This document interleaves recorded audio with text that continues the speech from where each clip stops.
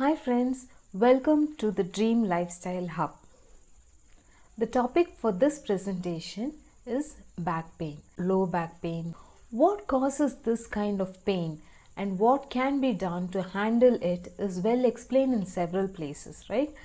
In this presentation, we will certainly get into that also. But I will be focusing more on what is the meaning of this pain. Did you know that the fundamental reason for back pain is genetic in nature? This does not mean that your parents or family members will be experiencing back pain. Back pain is one of the various ways of expressing a certain body condition. Your parents or family members will be experiencing the condition in any of these other ways. What this essentially means is that the back pain is occurring due to a certain medical condition in the internal body that is not normal. Identifying and addressing this condition requires persistent focus and conscious effort. This approach applies for any kind of internal condition and any kind of external ailment. This will be the root cause analysis of the ailment, applying a backtrack strategy. The success of this analysis depends on the right application of the right strategy. Now let me talk in terms of energy within the body. In the earlier presentations, we have seen that the 5 elements are the forms of universal energy or cosmic energy that we normally call it as, exists within our body. We will talk about the cosmic energy and its quantum physics in upcoming presentations. Now, through this representation of energy and its elemental form, understanding the quantum nature of energy, its mechanics, physics and biology within the body becomes less complicated. Now there are 2 elements that can be closely associated to back pain due to the very nature of the ailment itself. They are the earth and the water elements. Now, we have seen that the earth represents a physical form of us in the form of bones, tissues, flesh, muscles, blood itself, etc. Now these parts function with the support of the subtle earth energy flowing through them. That's why this energy increases usually when we are around Mother Nature and Mother Earth. The water represents a lymph and the blood flowing inside the water itself. Water flowing within the body, lymph flowing in the body, the blood flowing within the body. So that is connected to the water element. Now, what happens when there is a blockage in the flow of the earth energy throughout the body? What happens when there is a lack of water energy within the body? That is, there is a slowdown in the flow of water, lymph and blood. This will cause internal dryness and reduced mobility first. The movements will get affected. There will be internal dryness because there's lack of water energy and the earth energy is also lacking, or there's excess of earth energy. Earth energy is primarily lacking, which is the slowdown in the flow of energy, and earth energy can be high also, which means that you want to accomplish something with grave passion. You are desperate to achieve something, right? That means there's excess of earth energy also. But primarily it means a lack of water energy, which leads to pain. In Ayurveda and the ancient medical literature, especially of India, when there is an imbalance in these elements, it is called as kapha dosha, where dosha means an imbalance or aberration or non-normality. So what we are looking for here is low kapha dosha, because there's a low water element. It could be a low earth element or a high earth element. Now this imbalance may also be due to the excess heat that is generated in the body, which is referred to as a high pitta dosha, because pitta is actually fire and water element together. So when there's excess of fire and low water element also, it leads to high pitta. So here again it is low water element only. So it is low kapha dosha, high kapha dosha and high pitta dosha. These are the doshas and the elemental combination that we can see. Now, how about the organs? The organs associated to the elements. Now, heart is associated with the fire element. Stomach and spleen are in fact associated with the earth element because they assist in generation of energy and growth, right? They promote growth. Spleen helps in the generation of new blood cells. So, stomach helps in the generation of new energy. It helps in the growth of a person. So they are associated with the earth element. The kidney is actually associated to the water element, the kidney and the urinary bladder, because they deal with absorption and reabsorption processes, the excretion process. So what is the connection over here?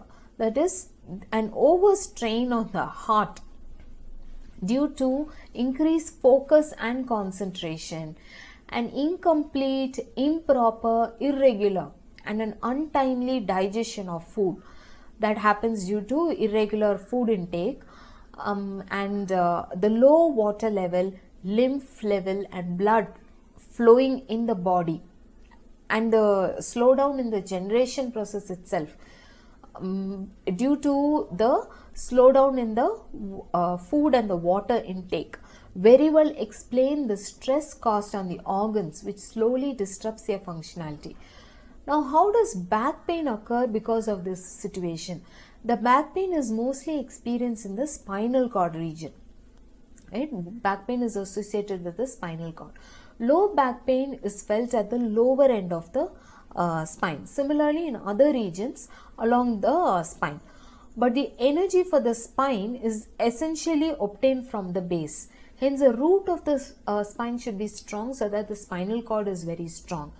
Now, the spinal cord is in fact energized by these organs, and it's very much dependent on the efficient functionality of these organs.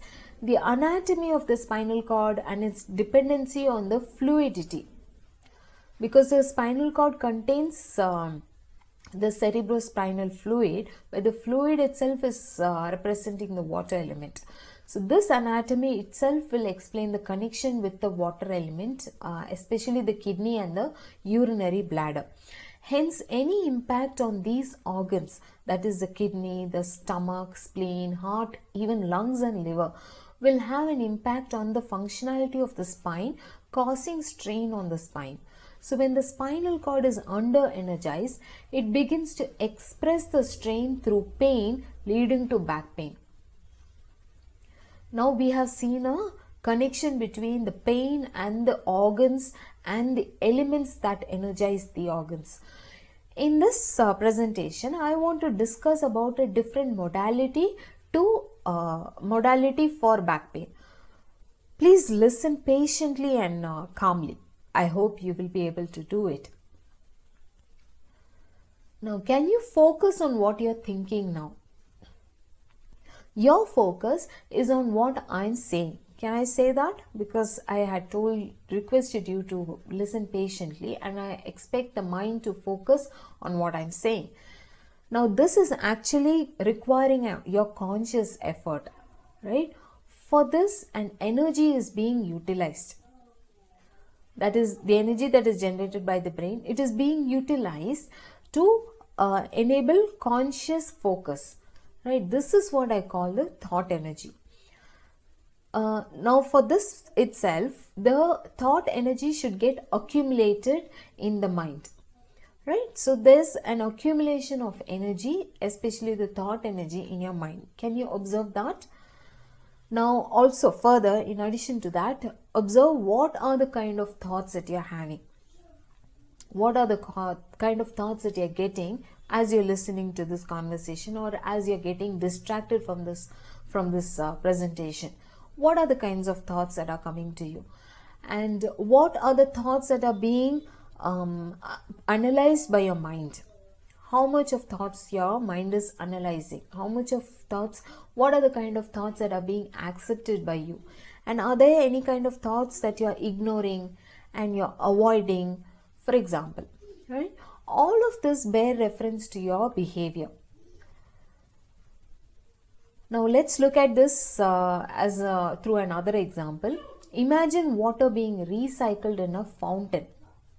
Right, we've seen a water flow through a fountain. It has a cyclic flow. The water is sent through the pipes in a cyclic manner again and again. Now imagine dropping a lot of blue color in the water.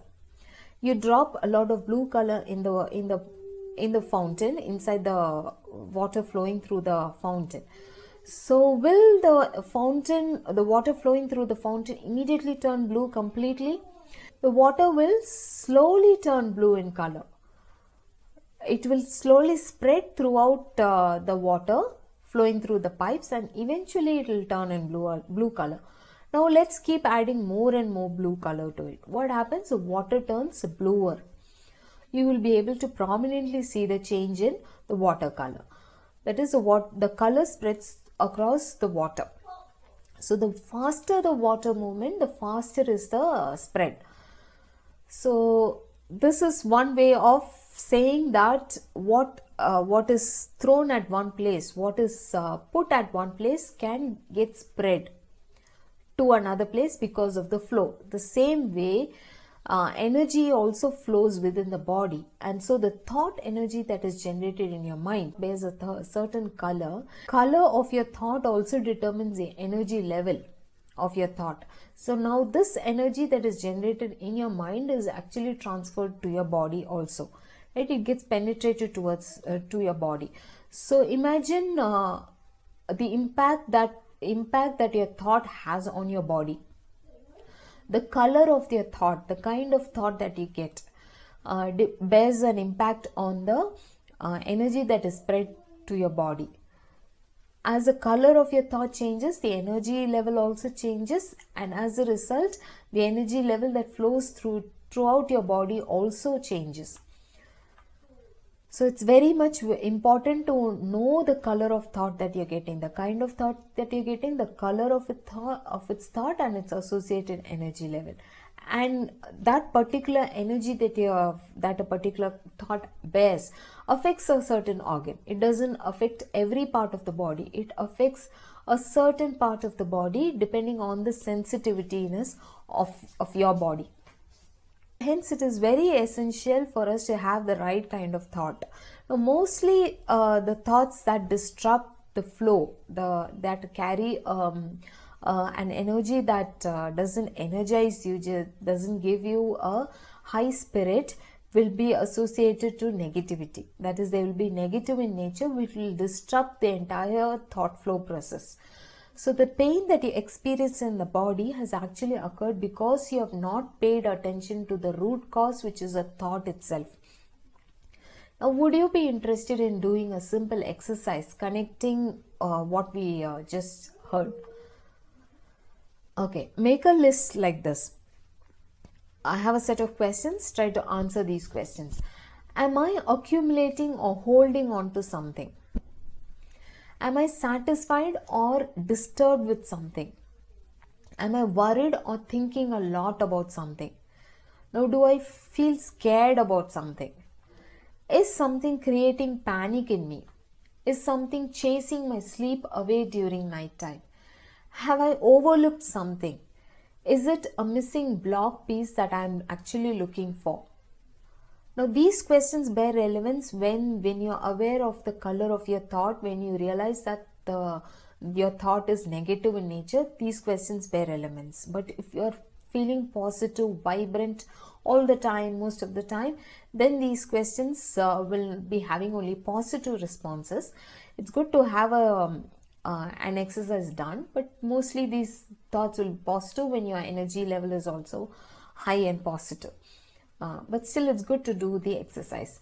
Now, try to narrow down on the exact thought that you're getting, the time when you're getting the thought. Now, you have understood a certain negative thought, you have identified a certain negative thought, for instance. Now, try to narrow down on the exact thought that you're getting, the time when you're getting the thought, the frequency of this thought, the intensity of this thought. How do you actually feel when you get this thought, your emotion that you experience? What were you doing before getting the thought and after getting the thought? Now, once a specific thought is known, pay attention to it. It is very important, right? And you need to backtrack and look forward also. What you were actually doing when you got the thought.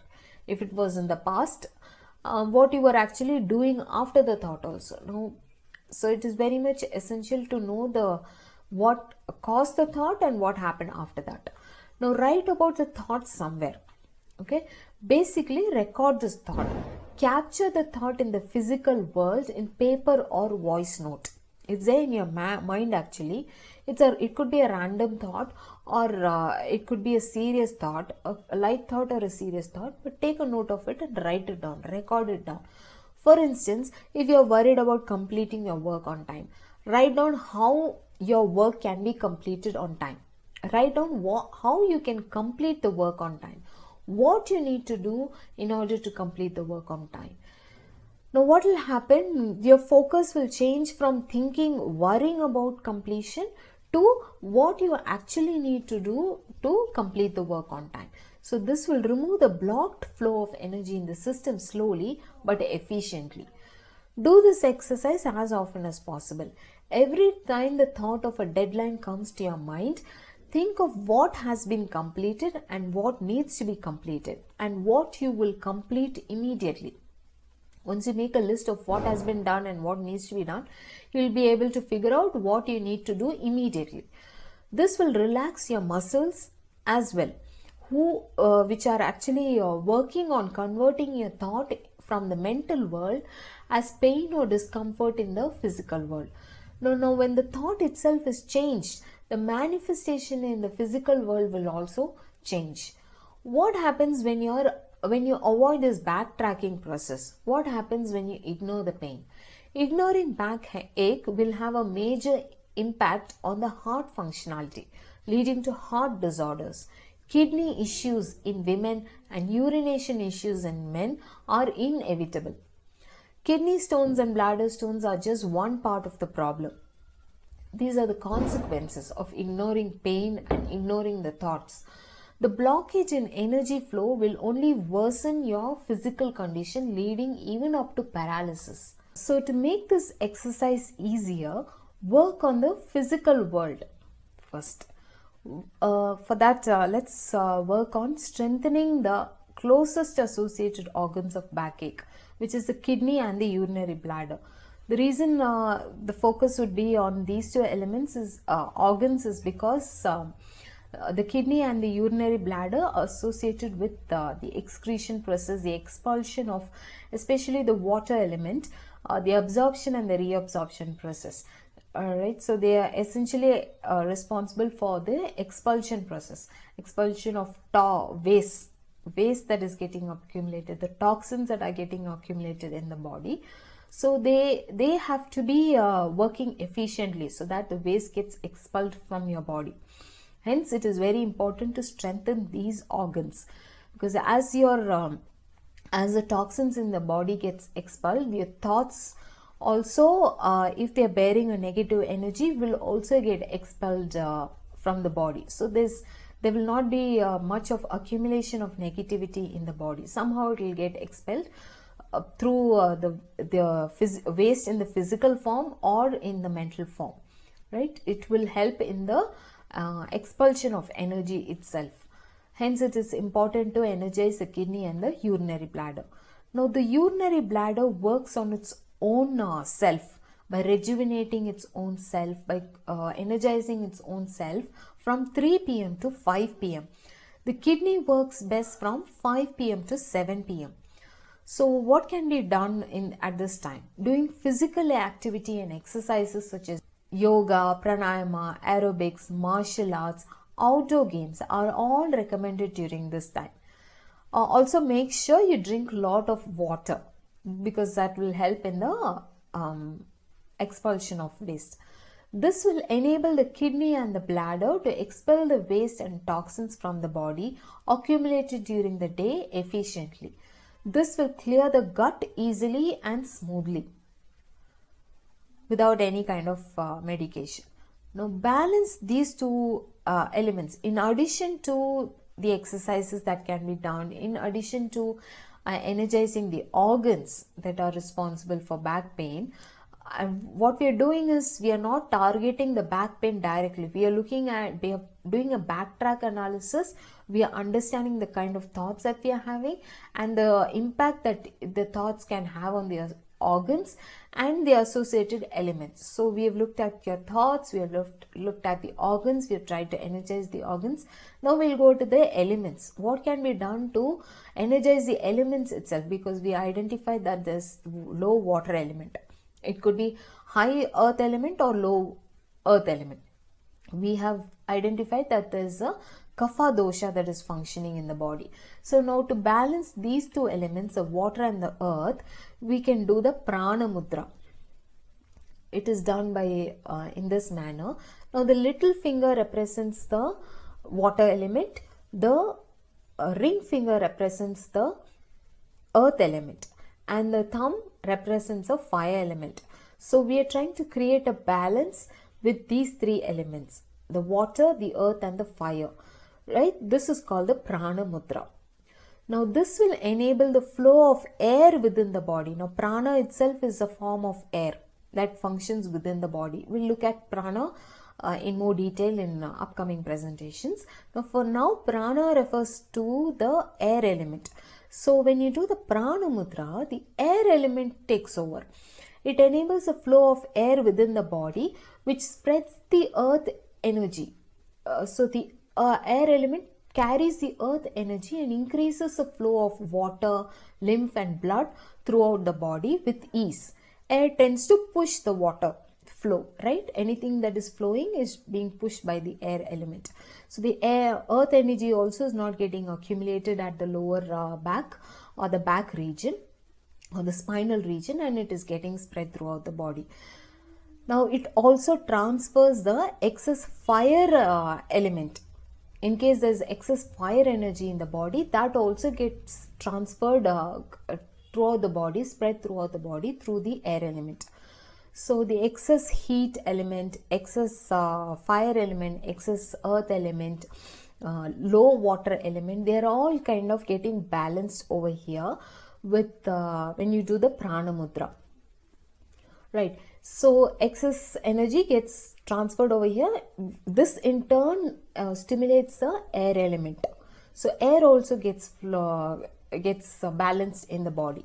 In addition to this, you can also massage your feet, especially the ankle region, the knee region and the toes thoroughly, which are filled with energy points of vital organs. Right? So the ankle region, the toes, the knee region, the complete feet has lots of energy points that are connected to the vital organs of the body, such as the liver, the kidney, the urinary bladder, the gallbladder, liver, etc. So it is very important to massage these regions also. Just keep pressing them, pressing the feet and the toes, the ankle region specifically, the knee region specifically. When you experience any sort of pain in any of the regions over there, any of the spots over there, it means there is pain, there is some problem with the associated organ. So each of the points are connected to an organ. When you experience a pain at any point, at any spot in the ankle region or the feet region or the knee region, it means that particular organ is having an issue which needs to be addressed. Alright, last but not the least, breathe well and as slowly as possible. Airflow enhances water flow in the body. This releases the stress on the energy system itself and the organ system also, thus saving the vital organs. So start energizing and be energetic and get rid of the back pain.